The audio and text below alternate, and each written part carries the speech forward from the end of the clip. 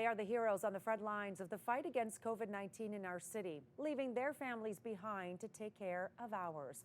Today, we're shining a spotlight on them and their lives. In our Frontline Diary segment today, we connect with Dr. Jennifer Leppard, a physician in the emergency department at the Ottawa Hospital. Good morning, Dr. Leppard. Thank you so much for joining us. Good morning. Thanks for having me. Tell us how things changed in the ER when the pandemic hit for you. Oh, everything changed. From the moment that I walked into the department on March the 11th, I feel like my career changed drastically, very, very quickly. I like to kind of liken it to becoming a medical student all over again and trying to learn all of the new processes and things that were constantly being put into play. Everything that we did changed. The way that we triaged people, the way that we cared for people, the way that we provided critical care. All of that had to change for us to keep ourselves safe and to keep our patients safe. Yeah, basically everything changed in that moment. Did you feel like you had to immediately become an infectious disease expert overnight? Yep. Basically, I think that the amount of reading that all of us were doing on, reading journal articles and talking to one another and trying to keep up to date in things that were changing hour by hour, truly, through all of the different avenues of information that was coming at us was an interesting feat to be had, for sure. I can only imagine there have been some really hard moments for you there in the emergency department. Are there any you can share with us? I think that the most challenging aspects of what we've been going through, through this, really has been, for me anyway, trying to deliver care and compassion and such in a way that has to be different.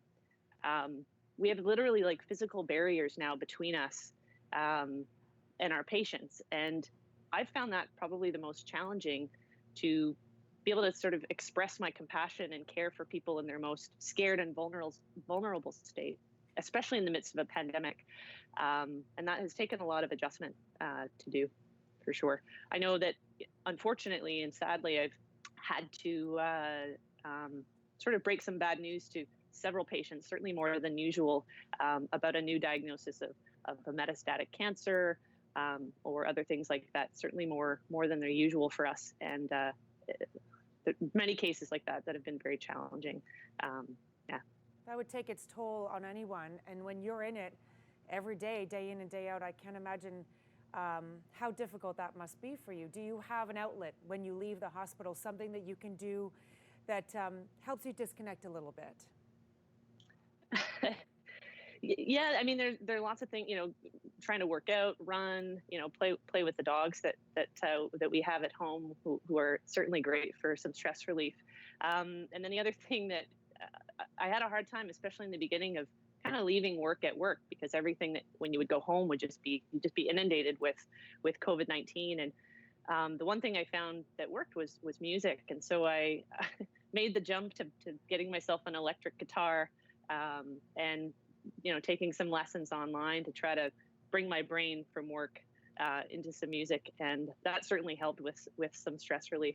I don't know about my partner, who's listening to me go bow, bow, bow, bow, bow at home, but headphones seem to work well for that. I would imagine it has been hard to find that work-life balance at a time where, like you say, right, you go home and it's still always there. What is your message to people in Ottawa who are watching this right now as we hear from you, a doctor right there on the front lines who is facing some of the hardest days we will ever know here? What do you want people to know at home? Honestly, I want to say thank you. And it sounds very cliche and such to say, but thank you. Ottawa really stepped up from the get-go here. The donations that we received here, in the emergency department, food, literally the goggles and the scrub cap on my head were donated. Somebody was getting groceries, for many of us in the early days. The donations have just been really amazing, and people really stayed home and helped to flatten the curve. And that made our job, as hard as it's been, a lot easier. And, it's funny, it's probably about 2 or 3 weeks in, and I was very exhausted. It was sort of early April. And I was taking my dog for a walk, and one of the neighbors up the street from me had posted this sign saying, thank you to those working on the front lines. And in that moment, literally, it brought me to tears, because you could feel it. We could feel it, all of us here, and we still do, the amount of support from the community. And I really am grateful. We in the emergency department and the Ottawa Hospital as a whole are so incredibly grateful for everyone's generosity and hard work in staying home and practicing physical distancing to help us do the job that we wanted to do, to deliver the best care that we could. Well, it certainly goes both ways, Doctor. You are a hero among us, and the work you're doing is nothing short of heroic for all of us. Thank you on behalf of all of us for the work you've been doing to keep us safe during this pandemic. And thanks for your time today. Thank you. Thanks for having me.